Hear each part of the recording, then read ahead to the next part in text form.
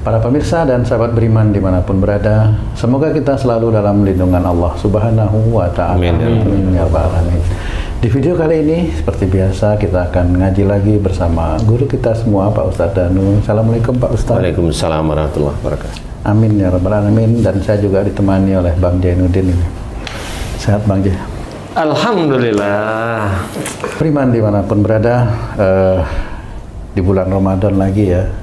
Ya. Bulan Ramadan kita pasti pengen semua yang kita lakukan, ibadah-ibadah yang kita lakukan diterima oleh Allah Subhanahu wa Ta'ala ya. Terus kadang-kadang juga tanpa kita sadari, kita sering misalnya anak kita pandai, mulai nih kita ceritain gitu. Terus anak kita yang masih remaja, dia ikut puasa dan penuh puasanya, mulai dibanggain tuh.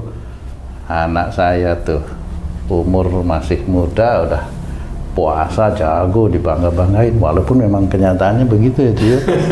Kadang-kadang tanpa kita sadari, puasa-puasa gini saya juga kerja kok, tetap ngapain aja kuat. Itu sebenarnya itu boleh nggak sih yang kayak gitu Pak Ustadz? Ya, bismillahirrahmanirrahim. Assalamualaikum warahmatullahi wabarakatuh. Waalaikumsalam warahmatullahi wabarakatuh. Amin ya rabbal alamin. Jadi membanggakan nasab, membanggakan harta, membanggakan jabatan itu termasuk golongan fasik.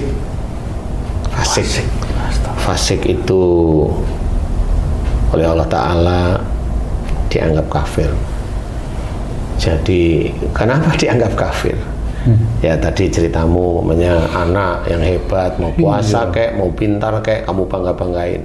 Kenapa itu dianggap fasik dan fasik dianggap kafir oleh Allah Ta'ala? Seseorang atau kamu itu nggak sadar bahwa sebenarnya yang bikin anakmu pintar, yang bikin anakmu bisa puasa itu siapa? Astagfirullah. Kok kamu bangga-banggain kan begitu?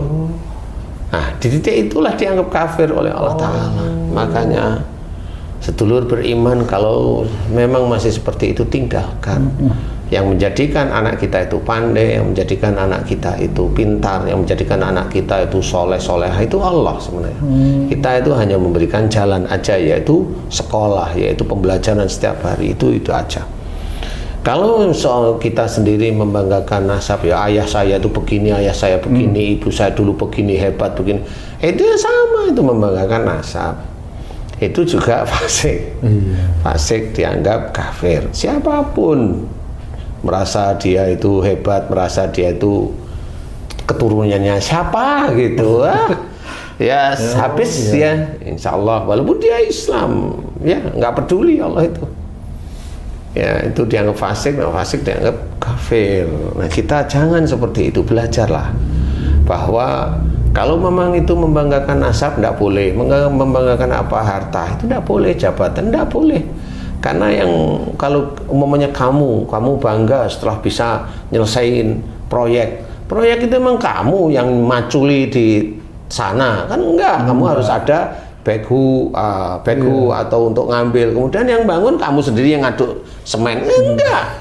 Loh kok kamu aku di situ? Kan begitu. Tapi kamu aku dan kamu bangga-banggain kemana-mana. Lah itulah fasik. Tinggal berapa kali kamu melakukan itu, dan setiap kali kamu melakukan itu, kamu akan cerita. Setiap kali melakukan itu akan cerita. Sama seperti para pejabat yang sudah lengser itu kan dia merasa hebat dirinya bisa ini dia. Enggak, itu fasik sama aja. Dan pejabat-pejabat itu ya insya Allah dia akan masuk neraka. Jelas karena dianggap oleh Allah Ta'ala kafir. Jangan lakukan seperti itu. Kemudian harta yang kamu harta yang dimiliki kita dari pekerjaan kita ya, ini nah itu tidak boleh. Dari mana harta itu kamu miliki? Coba kamu punya harta 11 M umpamanya. Saya tanya, hartamu 11 M dari mana? Kan ada beberapa jawaban nih. Dari mana? Hibah. Hibah dari nenek moyang ini, mau bohongin. Hibah itu dari mana? Nah itu. Kamu jangan nyindir pejabat yang lain ya. Nulisnya itu hibah. Nah, kalau warisan kan enggak, warisan kan memang diberi ya. Nah, kalau mamanya hibah itu kan ya diberi sama, tapi itu kan dari kong kali king kan gitu ya. Intinya adalah harta yang kamu dapat dari kamu kerja lah kasarannya ya. Iya, betul. Ya umpamanya kamu itu apa namanya, gajimu itu 250 juta umpamanya. Oh. Kamu 10 tahun umpamanya kan bisa bagus itu 250 juta 10 tahun 250 2,5 M. Satu per tahun lah 2,5 M atau per tahun ini bisa menjadi 3 lah ya. 3 M kalau 10 tahun ya bisa menjadi 30 M kan begitu ya. 30 M kalau kamu kerja 20 tahun ya 60 M. Normal. Belum tantiem dan sebagainya itu Pak Ustaz. Ya normal lah, kamu punya rumah yang nggak terlalu besar dan ini tanya rumahmu berapa? Satu ini aja. Berapa kamu bangun? Ini aku bangun itu sekitar 4,5 miliar. Normal. Kamu bangun setelah berapa tahun? Aku bangun setelah 10 tahun. Normal. Aku bangun setelah 5 tahun. Masih normal. Aku bangun setelah 3 tahun. Normal lah, gajimu 250 juta. Kan gitu. Masih normal. Nah, tapi kalau kamu itu banggain rumahmu, kamu banggain, kemudian desain kamu banggain, semuanya kamu banggain itu, nah itu membanggakan harta. Padahal harta ini kamu bekerja itu dengan tubuhmu, dengan tangan, ya ngatur anak buah, mikir, melihat, mendengar dengan rapat, kemudian ngomong di dalam rapat dan sebagainya untuk menyelesaikan ini itu. Ya pekerjaanmu dari situlah ya. Nah, pertanyaan saya lah, itu harta kok bisa kamu anggap itu kamu sendiri yang punya, dari mana itu? Apalagi kamu bangga-banggain dari mana? Dari saya bekerja. Nah, pertanyaan saya adalah, emang mulutmu yang nyiptain siapa? Emang otakmu yang kamu gunakan mikir untuk mikir itu tuh memang yang punya siapa? Telingamu untuk dengar yang punya siapa? Tanganmu, kakimu untuk melakukan aktif yang punya siapa? Oh, kamu aku itu milikmu. Jadi nol putul gitu ya? Ya, makanya kenapa kalau harta yang kamu dapatkan dari kerjaan kamu anggap itu hartamu, itu kafir sebenarnya. Iya. Tapi kalau kamu tanyain harta segini dari mana caranya, jawabannya satu, sambil di sini kuat, Allah yang ngasih. Oh itu beda. Allah yang ngasih. Oh berarti, dulu kamu kan dulu sekolah di luar negeri. Nah, saya sekolah di Indonesia aja. Kalau sekolah luar negeri banyak itu yang korupsi. Kan sekolah di Indonesia aja cukup kok, kan gitu. Terus dari sekolahmu itu kan kamu bisa ini. Nah, saya sekolah pun atas izin Allah sehingga saya diizinkan lulus. Apalagi apa yang mau dipamer-pamer? Nggak ada, semua dijawab Allah dan Allah. Dan titik itu kalau memang hatinya menyebut, ya begitu. Kok kamu itu anakmu kok cantik? Wah istriku cantik. Nah, itu sama itu. Nggak boleh juga. Iya, memang nggak boleh. Walaupun kenyataannya begitu Pak. Lah kenyataan itu kan bukan kenyataan kalau memang mau diberikan, gimana coba? Kalau misalnya sama istri nih, mohon maaf nih. Wah lihat tuh anak kita udah jago-jago. Itu juga boleh juga. Oh, walaupun sama yang buat itu, maksudnya sama-sama membuat kan gitu Pak. Iya. Nggak boleh juga. Iya, nggak boleh. Makanya jangan kita mengada-ada bahwa harta yang kita rasakan itu dari Allah Ta'ala. Makanya disuruh ngeluarin zakat mal kita kalau memang kita punya zakat mal. Kita disuruh untuk bersedekah, untuk membantu saudara-saudara kita yang lain. Nah itulah. Nah di titik itulah yang untuk bayar zakat mal, sedekah, infak dan sebagainya terus. Nah itulah nanti harta kita yang di akhirat sebenarnya. Udah tahu ini milik Allah, yang dikasihin, walaupun tidak dihabisin loh ya. Kasih aja untuk habisin, kenapa? Kalau dihabisin istri kita nggak bisa masak, repot lagi kan seperti itu. Ya normal-normal aja lah kan gitu ya. Nah itu boleh seperti itu. Makanya jangan kita berlaku fasik terhadap apapun. Mau membanggakan anak pintar, itu dari Allah Ta'ala. Anak yang kurang pintar, itu juga ujian dari Allah Ta'ala. Kemudian anak yang diciptakan oleh Allah Ta'ala sempurna, yaitu dengan cacat, yaitu dari kesalahan dan dosa-dosa orang tuanya. Jadi jangan menyalahkan Allah dalam hal tersebut, dan jangan merasa memiliki kalau sudah hebat-hebat. Jangan. Semuanya itu Allah, apapun bentuknya itu Allah. Jangan kalau saya sakit karena Allah menginginkan saya sakit, loh malah nyalain Allah. Iya, gitu. jadi Ya nggak gitu boleh ya. seperti itu. Menuduh. Karena kalau itu sudah dijelaskan, apa saja musibah yang kau terima itu disebabkan dari buah tanganmu sendiri. Ya kamu harus ngakuin seperti itu. Nah insya Allah harus difahami. Jangan melakukan perbuatan-perbuatan fasik, khususnya yang berhubungan dengan membanggakan nasab atau keturunan-keturunan kita, mau keturunan bawah, mau keturunan atas, enggak. Yaitu dengan pintar, dengan ganteng, dengan cantik, dengan apa saja, dengan hebatnya anak, kemudian dengan bekerja, dengan dia, enggak perlu. Itu fasik dan kita dianggap kafir oleh Allah Ta'ala. Dan kalau itu dilakukan terus-menerus, sudah mulai hari ini mohon ampunlah terhadap fasik yang sering dilakukan. Makanya kita belajar untuk tidak membanggakan anak, membanggakan orang tua, enggak usah. Membanggakan harta. Nanti ada, gimana saya mau bangga terhadap harta? Loh, bisa loh. Bisa, walaupun nggak punya harta banyak itu bisa bangga. Alhamdulillah Allah menitipkan sepeda motor aja. Oh, itu tiap hari dicuci kok sepeda motor itu bisa. Di sini ada apa coba? Seneng.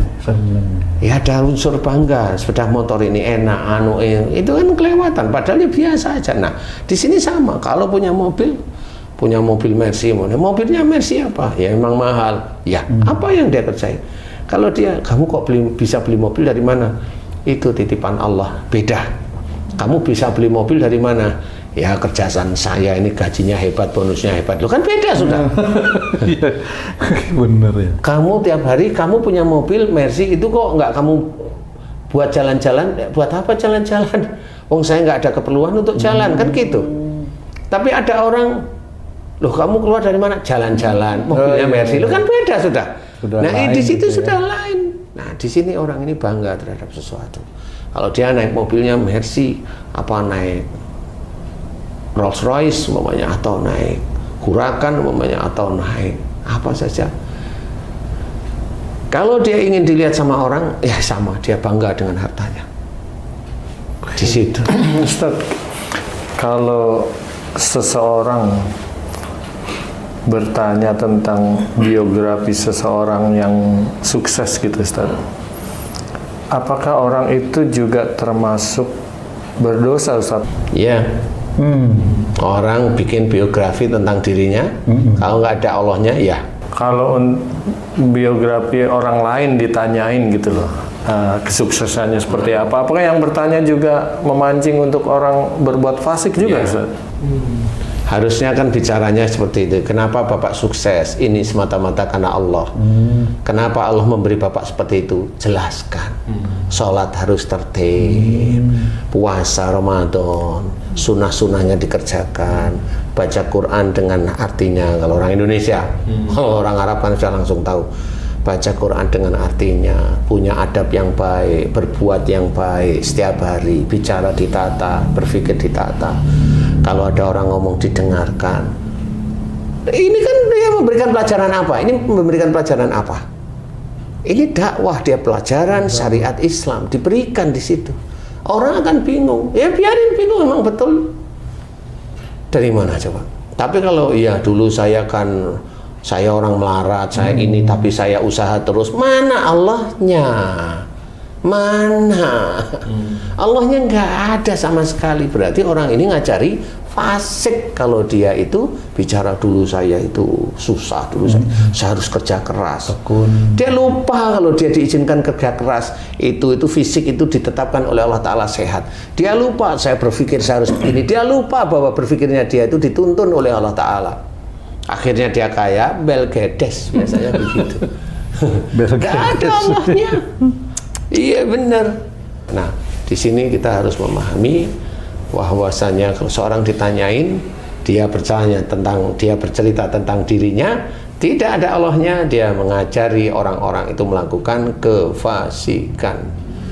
Lah kan itu ilmu. Ilmu itu kan dia ngomong itu mulutnya siapa itu yang punya? Dia ngomong mulutnya siapa sih? Mulutnya siapa sih? Dari Allah. Lah kan dari Allah kan dia ngomong kok nggak ada Allahnya sama sekali. Jelas. Dia mengajari kefasikan. Dan banyak hal itu ada di negeri kita, sangat banyak. Nah, kita harus belajar bagaimana kita menjaga tidak melakukan kefasikan apapun bentuknya.